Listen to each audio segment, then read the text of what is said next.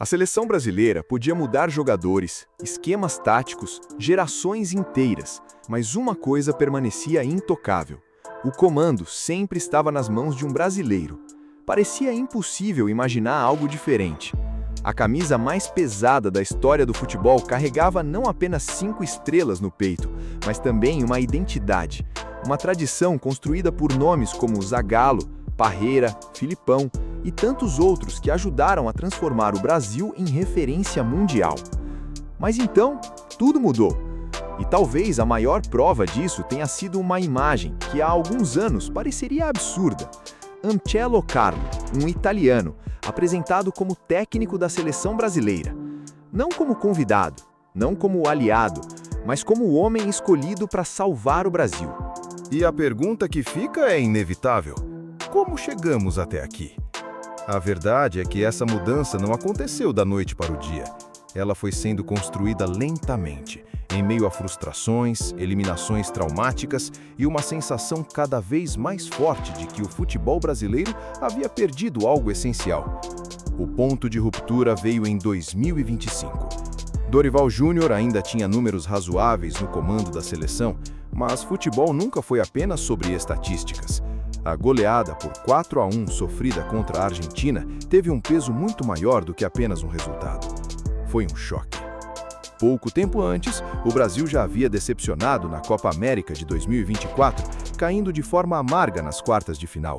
E quando a seleção foi atropelada pela maior rival, a pressão explodiu. Naquele momento, ficou claro que o ciclo tinha acabado. A CBF precisava tomar uma decisão, e tomou a mais radical de todas. Carlo Ancelotti, um dos técnicos mais vencedores da história do futebol mundial, campeão por onde passou, ídolo no Milan, lenda no Real Madrid, um treinador respeitado por jogadores, dirigentes e torcedores, mas também um estrangeiro. E isso mudou tudo, porque a contratação de Ancelotti representa muito mais do que apenas uma troca no banco de reservas. Ela simboliza um reconhecimento silencioso de que o Brasil já não confia totalmente nos próprios técnicos. E talvez essa seja a parte mais dolorosa da história. Durante décadas, o país exportou os melhores jogadores do planeta. Ronaldo, Ronaldinho, Kaká, Neymar, Vinícius Júnior. O talento brasileiro continuou encantando o mundo. Mas enquanto os craques brilhavam na Europa, os treinadores brasileiros começaram a perder espaço. Pouco a pouco, o futebol nacional foi sendo dominado por técnicos estrangeiros. Jorge Jesus revolucionou o Flamengo. Abel Ferreira empilhou títulos no Palmeiras. Arthur Jorge fez história no Botafogo. Vojvoda virou símbolo de reconstrução no Fortaleza. Enquanto isso, os treinadores brasileiros passaram a ser vistos como ultrapassados. E o reflexo disso chegou inevitavelmente à seleção.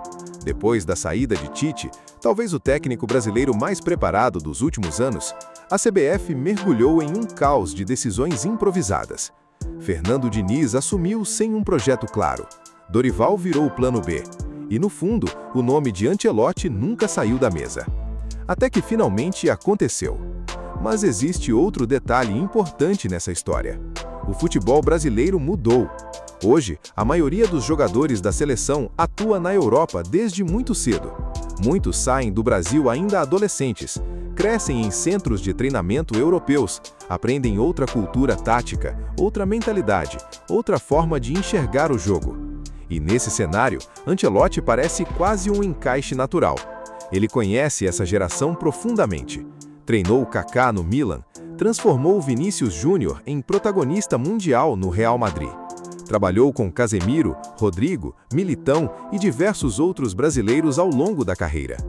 Poucos técnicos entendem tão bem os jogadores brasileiros modernos quanto ele.